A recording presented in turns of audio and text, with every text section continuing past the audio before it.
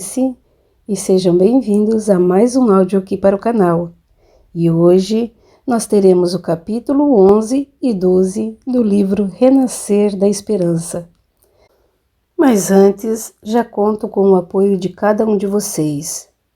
Gente, não custa nada para vocês e para mim vale muito. Então, deixe seu like, compartilhe o canal se for possível, comentem e se inscrevam caso vocês gostem do canal, certo? São pequenos atos que ajudam muito o canal a crescer e faz com que o YouTube indique também o canal para mais pessoas e faz esse conhecimento ir mais longe, certo? Então vamos para um breve resumo dos capítulos anteriores. Nos capítulos passados, Francisco descobre que estão dando uma recompensa para quem dar informações de Emily. E isso acaba mexendo com ele. Ele relembra de quando visitou Emily no hospício e de os gritos que ficaram ecoando em seus ouvidos, pedindo ajuda. Ele estava pensando em denunciar Jairo e Lucrécia, mas a um pedido do espírito de Cíntia, acaba desistindo. Já no capítulo 10, o padre Fernando cogita a possibilidade de haver algum fundo de verdade no espiritismo, mas acaba se surpreendendo com tal pensamentos. Então, vai para o quartinho da clausura e se flagela com um chicote com pontas de ferros nas costas, para poder expulsar tais pensamentos.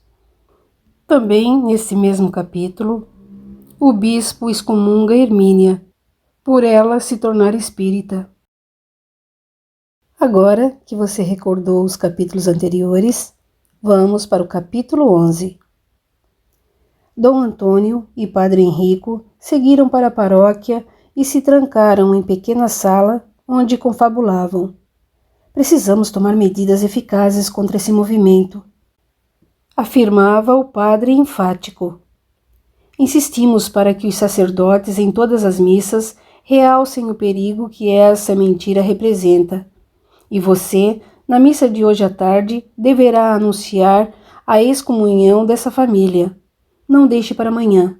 Quanto mais rápida e veemente nossas decisões forem comunicadas, mais intimidaremos possíveis iludidos. Acato suas orientações que seguiremos à risca. Entretanto, insisto que alguma atitude mais vigorosa precisa ser assumida na vontade de inibir essa seita que se alastra e, o que é pior, cresce. Ora, é um poderoso homem de negócio que se interessa por princípios. Ora, é um intelectual de renome e influência que se envolve por essa dita filosofia. Em outro momento, são assim, simples, que se entregam às suas práticas bizarras. A coisa precisa ser feita, depressa. Não se atormente tanto, padre. Estamos falando com as autoridades e com todas as famílias mais poderosas. Contamos com o apoio da grande maioria, que mantém o juízo. Brevemente iremos adotar algumas ações que, por certo, deterão os aventureiros. O povo tem de entender que essa é uma doutrina perigosa e perniciosa. Faremos com que entenda. Como se espalha tão depressa? Nunca os vejo pregando em lugar algum, tampouco difundindo seus princípios. Apenas essas reuniões. Mas as reuniões atraem muita gente. Alguns gostam de ver as tais mesas que giram e falam de ouvir os barulhos que fazem e as supostas manifestações dos mortos. As pessoas, em todos os tempos, gostam do que é mágico, sobrenatural. Acima de tudo, e mais perigoso do que os outros atrativos, estão os livros. Os livros? Sim, são os livros que vêm divulgando amplamente esses estudos diabólicos. Já os viu, Eminência? Sim, tive alguns deles em mãos.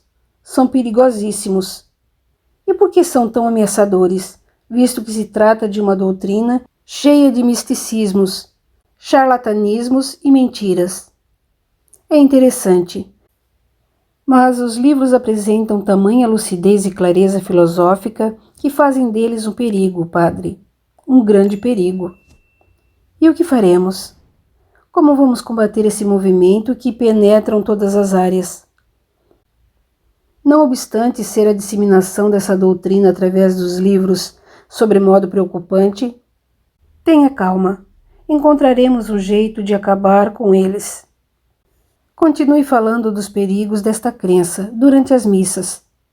Não é possível que, diante das sequências que atingem os que se deixam seduzir, muitos deem um passo atrás. Os dois permaneceram algum tempo, imaginando alternativas a serem adotadas para precaver os fiéis dos riscos que o movimento espírita poderia acarretar. Ao se retirar, o bispo aconselhou: Padre, caso essa mulher se arrependa, receba-a de volta. Como? Depois de ser excomungada? Não posso fazê-lo. Seja generoso. O povo gosta de demonstrações de bondade. Se ela o procurar, imponha muitas penitências e a faça falar publicamente do engano em que caiu. Que ela pinte com todas as tintas as cenas horríveis que viveu. Seu testemunho poderá ajudar, se vier a se arrepender. Acho difícil. Viu que está firme, decidida.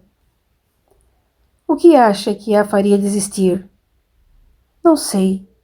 Pense, padre. Pense em como poderia ajudá-la a regressar ao aprisco. E assim dizendo, o bispo partiu, deixando o padre a meditar sobre suas últimas palavras. Após longa preparação para celebrar a missa da tarde, o pároco saiu de seu quarto à procura de Fernando. Verificou por toda parte e concluiu que o jovem não se encontrava na paróquia. Chamando o ajudante, perguntou: José, onde está Fernando? Estou procurando por ele e não o acho em lugar algum. Fernando saiu logo depois do almoço e ainda não retornou. Disse para onde ia? Não, padre. Esteve a manhã inteira em seu quarto e não almoçou. Perto das 2 horas, saiu e disse apenas que não sabia quando voltaria. O padre, contrafeito, saiu resmungando. Assim as coisas vão mal. O que pensa Fernando? Tem obrigações. Não pode abandonar seu posto e sumir pelo tempo que bem entender. O rapaz ficou observando o padre, que caminhava afobado. Baixou a cabeça e continuou preparando o material que seria utilizado nos trabalhos religiosos da tarde. Na mansão, o relógio bateu 5 horas. Fernando estava sentado perto da janela, com uma xícara de chá nas mãos. Filomena, em silêncio, bordava delicadas toalhas para a festa. Os pensamentos do rapaz se espalhavam como as folhas que voam das árvores nas frias tardes de outono. Filomena largou o pequeno bastidor que utilizava para bordar e encarou o primo. Sua testa franzida e seu olhar sério não a estimularam a falar. Baixou a cabeça e retornou ao bordado. De repente, a casa grande e fria se encheu de movimento e de sons. Era Ricardo que chegava com Cíntia. Ela, alegre e ruidosa, contava ao pai o quanto se divertira nos brinquedos, vendo as mágicas e tudo mais. Quando entraram na biblioteca, a menina ficou ainda mais feliz. Tio Fernando estava com saudades. Cíntia correu para o primo, que sem pensar 2 vezes, colocou a xícara de lado e se levantou para pegá-la no colo, como costumava fazer. Então, lembrou-se das feridas nas costas e se deteve. — O que foi, tio? Perguntou a garota ao vê-lo descer os braços. — É que não vou poder abraçar você hoje, pequenina. Estou com muita dor nas costas. — O que houve? Perguntou ela com doçura. Quase envergonhado, Fernando olhou e disse: Bobagens de adultos, querida.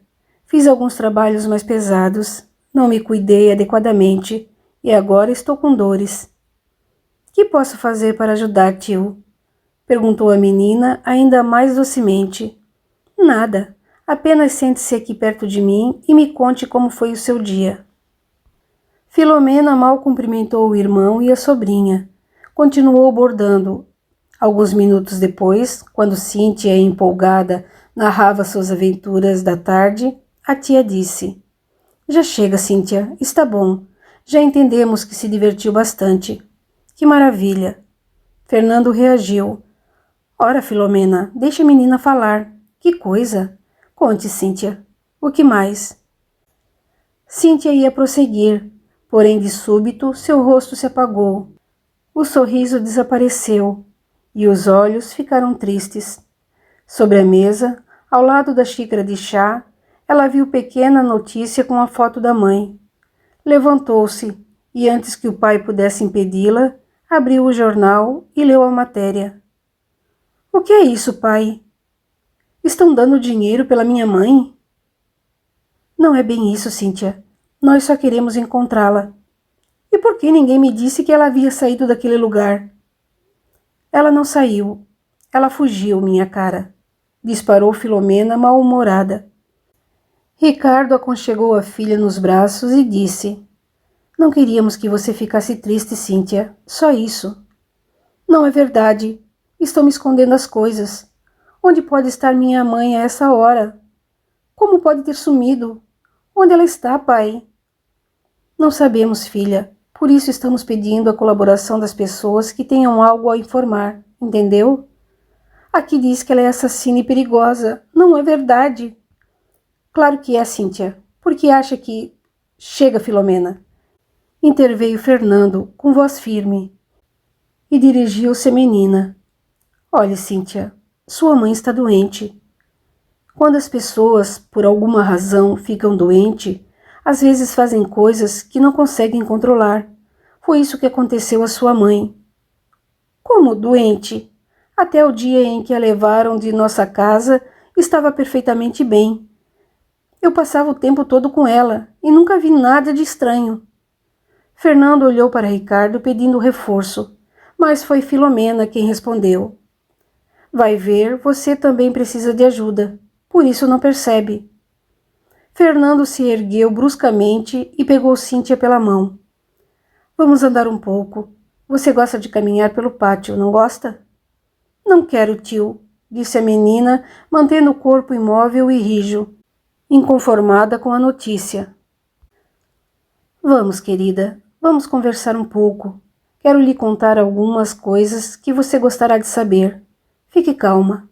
Logo encontrarão sua mãe. Ah, isso é verdade, Cíntia. Vão localizar sua mãe. Custe o que custar. Aduziu Filomena. Fernando puxou Cíntia e conseguiu que saísse com ele da biblioteca.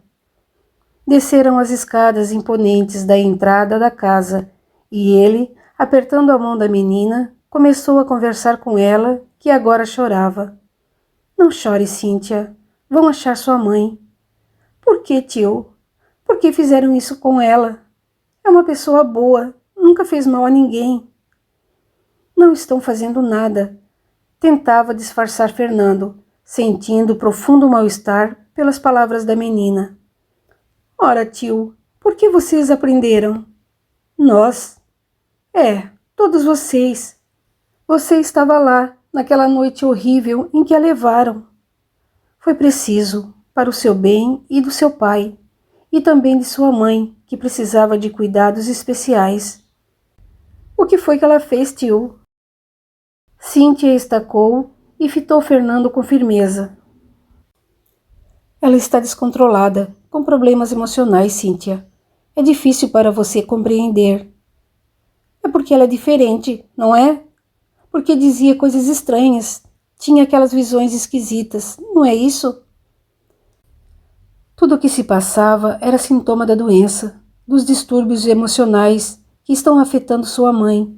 Recebendo o tratamento adequado, ela vai melhorar. Tudo vai ficar bem, você vai ver. Vocês pensam que me enganam, não é? Porém a verdade é mais forte do que tudo e virá à tona. Fernando gelou ao ouvir as palavras da menina. O que significariam? Que verdade, Cíntia? Do que está falando? De tudo que tento encobrir, por medo de enxergar. Cada vez mais espantado com o que a menina dizia, bem como o seu tom de voz, agora alternado, Fernando sentou-se em um banco a observá-la. Cíntia calou-se e baixou a cabeça, chorando inconsolável. O jovem padre tentou de todas as formas alegrá-la, mas percebeu que a garota sofria profundamente.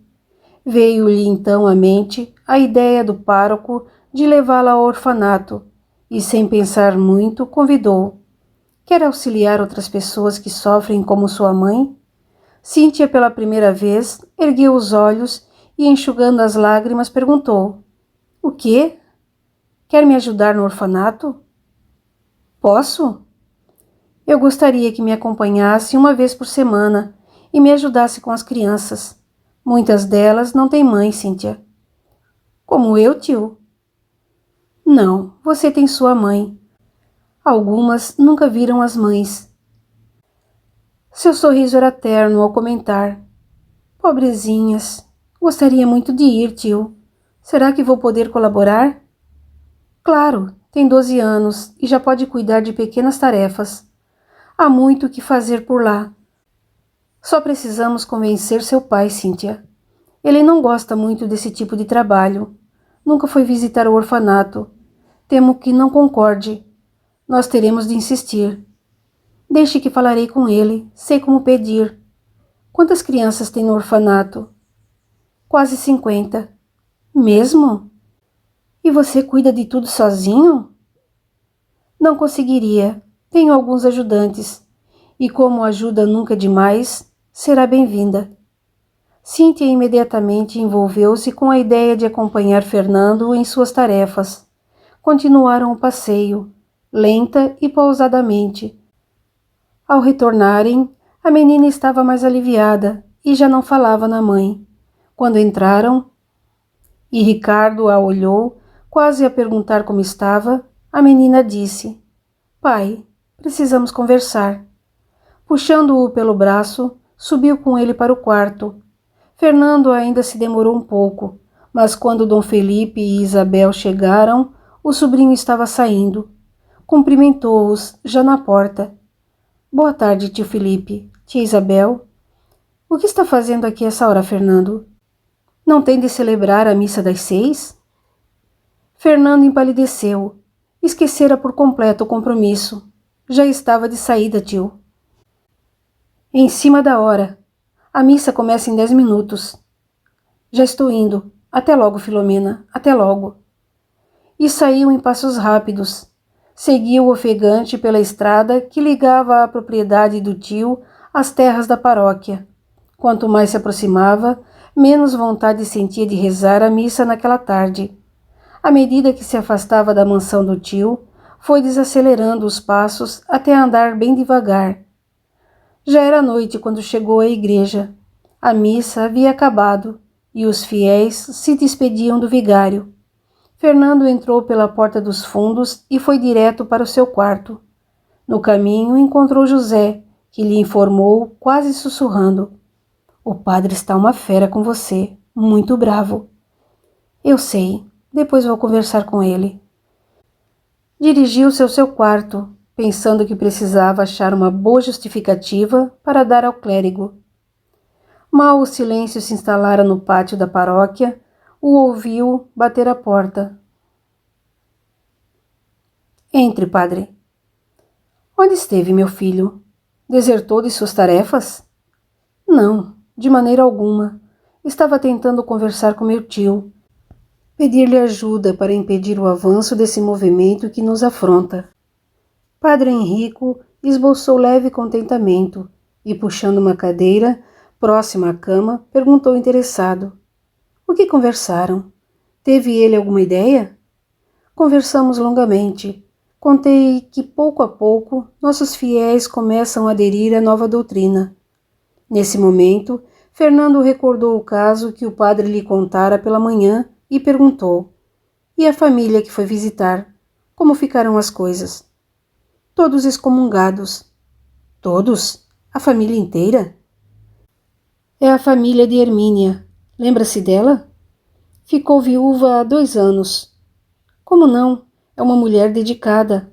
Logo ela, padre. Vê, meu filho, como o perigo está em toda parte. Fernando ficou pensativo e então arrematou. Enfim, que sejam mesmo excomungados, pois se abandonaram a fé, o que se há de fazer? Não se trata só de abandonar a fé. Estão também dando péssimos exemplos aos outros. Tenho de achar algum modo de trazê-los de volta. Precisa me ajudar, Fernando. Como? Não sei, mas urge pensar em algo. Temos de forçar Hermínia a retornar. É muito ruim para nossa reputação junto às autoridades eclesiásticas, que fiéis, sob nossa responsabilidade, comecem a nos deixar, aderindo a esse movimento efêmero. Durante a missa das 6, notifiquei a comunidade de que toda a família foi anatematizada. Espero que isso intimide os incautos e distraídos. Por certo, o fato causará muitas dificuldades à família perante a comunidade. Também penso assim. No entanto, precisamos intensificar essas dificuldades. Temos de estimular as pessoas a se posicionarem em relação a eles. Fernando refletiu um pouco, porém estava sem nenhuma vontade de pensar naquele assunto. Sentia as costas doloridas e o coração entristecido de ver o sofrimento de Cíntia. Desejando descansar o corpo e a alma, calou-se.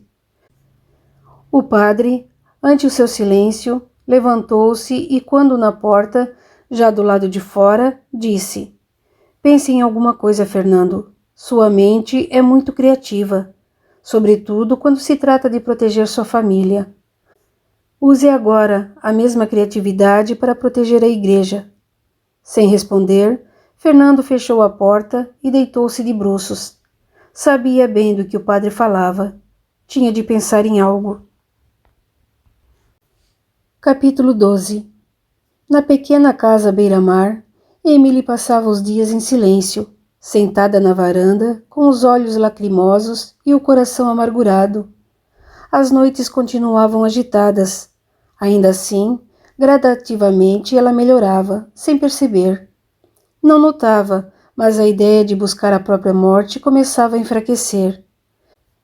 Com a justificativa de que a jovem precisava se recuperar, Lucrécia a mantinha o máximo possível escondida dentro de casa, evitando que caminhasse pelos arredores. Receava que alguém a visse e os denunciasse. Naquela manhã, Jairo chegou da província ofegante. Mostrava-se ainda mais preocupado. Veja, Lucrécia, a situação se complica. Emily, sentada junto ao fogão, sequer levantou a cabeça. O que foi, Jairo? Olhe você mesma. Jairo entregou à esposa um panfleto que recebera no empório, onde o proprietário comentara minuciosamente o assunto com ele. Lucrécia empalideceu ao ler. Olhando de relance para Emily, perguntou: O que vamos fazer? Jairo olhou sério para a jovem, que permanecia alheia a tudo, e disse: Venho alertando que a situação é grave, Lucrécia, e você não me ouve. Ela encarava o marido sem saber o que dizer. Fitou Emily que dessa vez, como se retornasse distraída de algum lugar distante, perguntou: O que se passa? Jairo, em tom áspero, começou: O que se passa? E antes que a mulher pudesse impedi-lo, entregou o panfleto a Emily, que displicente se pôs a ler. Calma, Jairo, vamos achar uma saída, ponderou Lucrécia, preocupada com a reação da jovem. Emily, ao terminar de ler, pálida e quase sem voz, balbuciou: Esses... Por favor, tenha calma, pediu Lucrécia, quase suplicante. Eles querem me destruir. Não me deixem em paz. Olhe para isso. Vendendo-me como se fosse uma mercadoria. Eles querem acabar comigo. Não poderei fugir para sempre. É melhor morrer do que voltar para aquele lugar, onde estava até esquecendo quem sou. Estava enlouquecendo de fato. Não vou voltar para lá. Prefiro morrer. Levantou-se bruscamente, largou o papel e saiu correndo em direção à praia. Lucrécia foi atrás, mas Emily andava tão depressa que era difícil alcançá-la. A mulher dobrou o esforço ao vê-la entrar no mar, tentando ir para o fundo, cada vez mais para o fundo. Jairo vinha logo depois, preocupado com a esposa, que não sabia nadar.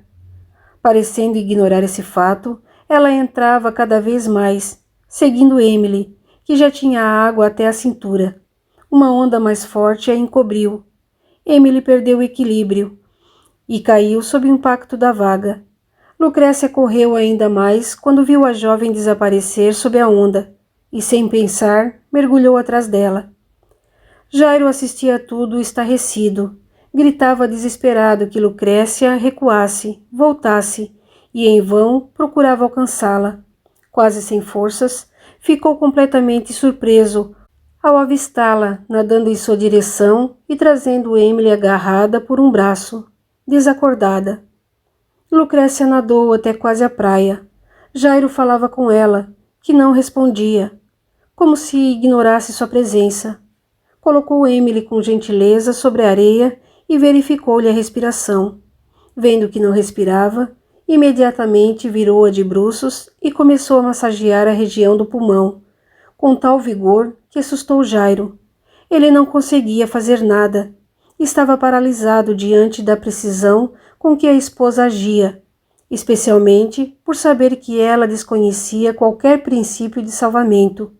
Após alguns fortes apertões sobre o peito, Emily começou a tossir, expelindo a água dos pulmões, e em seguida voltou a respirar normalmente.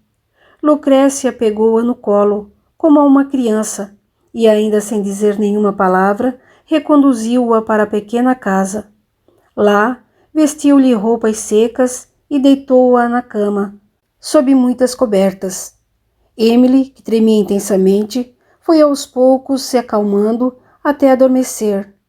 Lucrécia permaneceu ao seu lado, e quando a viu dormindo, sentou-se perto do fogão para também aquecer-se. Abaixou a cabeça e começou a tremer. Só aí olhou surpresa para Jairo, que tudo acompanhava sem dizer nada. — O que houve, Jairo? Não estávamos atrás de Emily? Indagou, observando a jovem que dormia. — Você não se lembra? — Do quê? De tudo o que se passou? — E o que se passou, afinal? — Isso que acontece às vezes com você é realmente incrível. — Aconteceu de novo? Você correu atrás de Emily, que entrou no mar, e perdendo o equilíbrio, quase se afogou. Aliás, já estava afogada. Você mergulhou, nadou e tirou-a do mar. Socorreu-a na praia com procedimentos que nem eu conhecia e trouxe-a nos braços até aqui. Não se recorda de nada? Não. É como se tivesse desmaiado. Lembro-me apenas de ter saído atrás dela pela praia. Emily balbuciou algumas palavras e Lucrécia correu até a beira da cama para ouvi-la. Por que fez isso? Não pode morrer, Emily. Lucrécia pôs-se a acariciar os cabelos e o rosto da jovem. Lágrimas desciam pela sua face, incontroláveis, enquanto a outra procurava consolá-la, dizendo: Emily, querida, tenha fé. Tudo há de se resolver. Deus não vai permitir que seu sofrimento dure para sempre. Tenha confiança. Seja lá o que for que lhe aconteceu, tenho certeza de que há pessoas que se importam com você, que a amam. Sua filha e outras pessoas. Elas amam você. Não pode desistir assim da vida, quando há tanto a ser realizado. Você não entende. Eles querem me destruir. Emily balbuciava. Quem, Emily? Seus familiares? Não. Eles. E a jovem gesticulava, apontando para o ar. Lucrécia olhou em volta e imediatamente percebeu que Emily via entidades espirituais que estavam ali. Ninguém pode mais que Deus, Emily. Ele é soberano. Confie no Pai. Peça que a ajude. Ele não me ajudou quando eu mais precisei. Como não? Ele a está ajudando a todo momento. Você que ainda não percebeu isso. Os olhos de Emily demonstravam o terror que lhe provocavam as imagens que via. Lucrécia baixou a cabeça e começou a orar, enquanto a moça apenas chorava, assustada. Mestre Jesus, que nos inspira e nos ajudas, irmão de todas as horas, de todas as lutas, tu que sofreste mais do que todos nós, que conheces as dores do abandono e da ingratidão, da rebeldia e do desprezo humano, tu que mantivestes teus braços abertos e teu amor distribuído para todos os que sofrem, para todos os que de ti necessitam. Dá-nos a bênção da tua proteção nesta hora. Ampara essa irmã que sofre angustiosa dor. Mostra a ela, Senhor, teu amor infinito e que ela possa, sob a tua orientação, começar nova vida. Ajuda-nos, Senhor, para que possamos compreender teus ensinamentos, que são vida e luz para nossas almas. Jairo, comovido, acompanhava a sentida oração. Ao final, lágrimas desciam pela face da mulher. Quando ergueu a cabeça, constatou que Emily dormia sossegada. Suspirou aliviada e, olhando para Jairo, que também tinha lágrimas nos olhos, estendeu as mãos para o companheiro, que a abraçou com ternura. Emily dormiu durante toda a tarde e a noite inteira, acompanhada constantemente pelo carinho desvelado de Lucrécia. Na manhã seguinte, bem cedo, ao se levantar, a dona da casa a encontrou sentada na cama. Assim que a viu, a jovem perguntou: quem mais esteve aqui ontem à noite? Aquelas pessoas horríveis, quem eram e o que queriam comigo? Como se sente, Emily? Péssima, mas com a graça de Deus está viva. Graças a você, mais uma vez. Não, graças aos espíritos superiores que nos amparam. Que espíritos? Do que está falando? Dos emissários de Jesus, que nos amam, nos assistem e nos protegem sempre. Emily continuou olhando para Lucrécia e ela prosseguiu. Eles querem o nosso bem, Emily, somente o nosso bem. Quem são eles? Aquelas pessoas que vi aqui, à noite. Vieram para me buscar, não é? Para onde foram?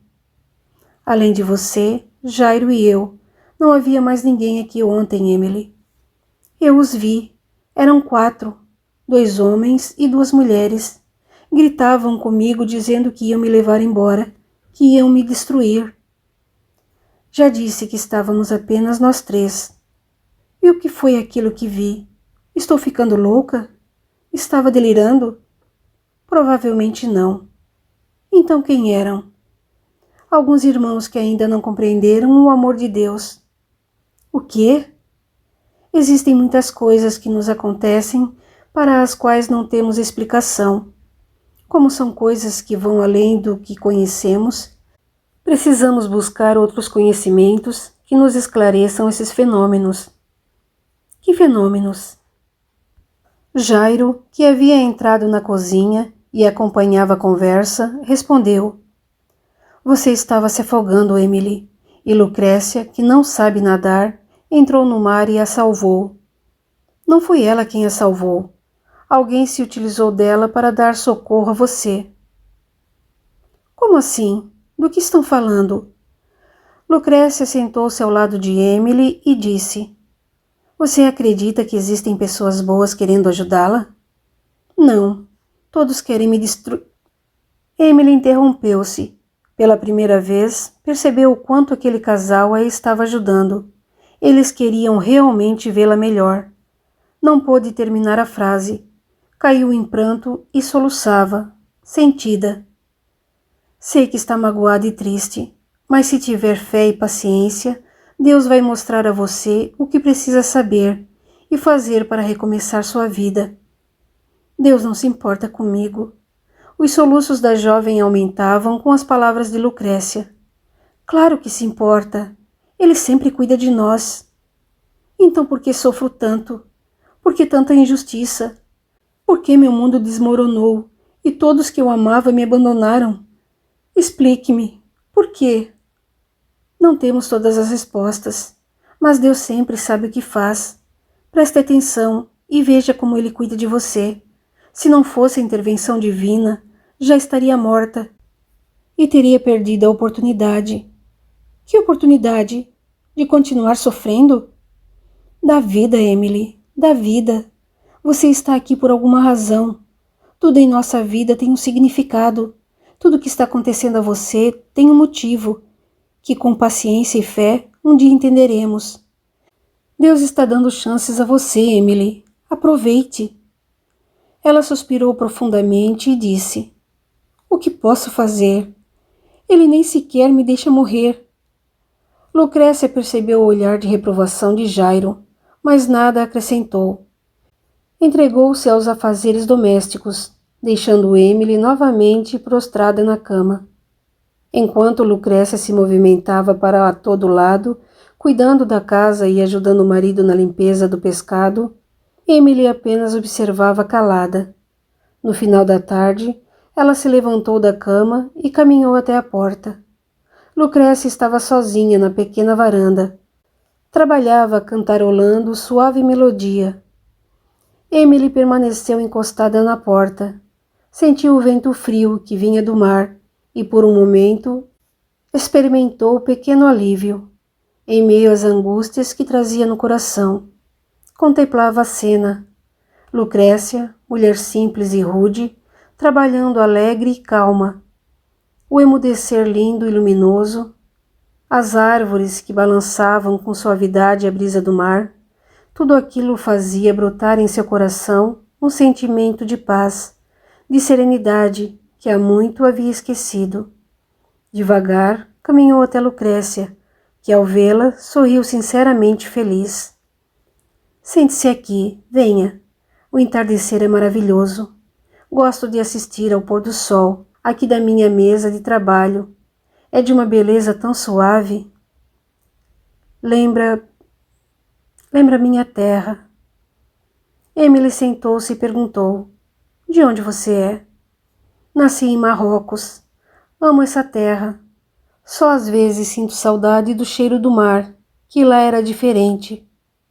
Então também uma estrangeira, como eu? Vê, quanta coincidência, não, Emily? Lucrécia sorriu e continuou trabalhando. Emily ficou a olhar em silêncio o sol que se punha lentamente.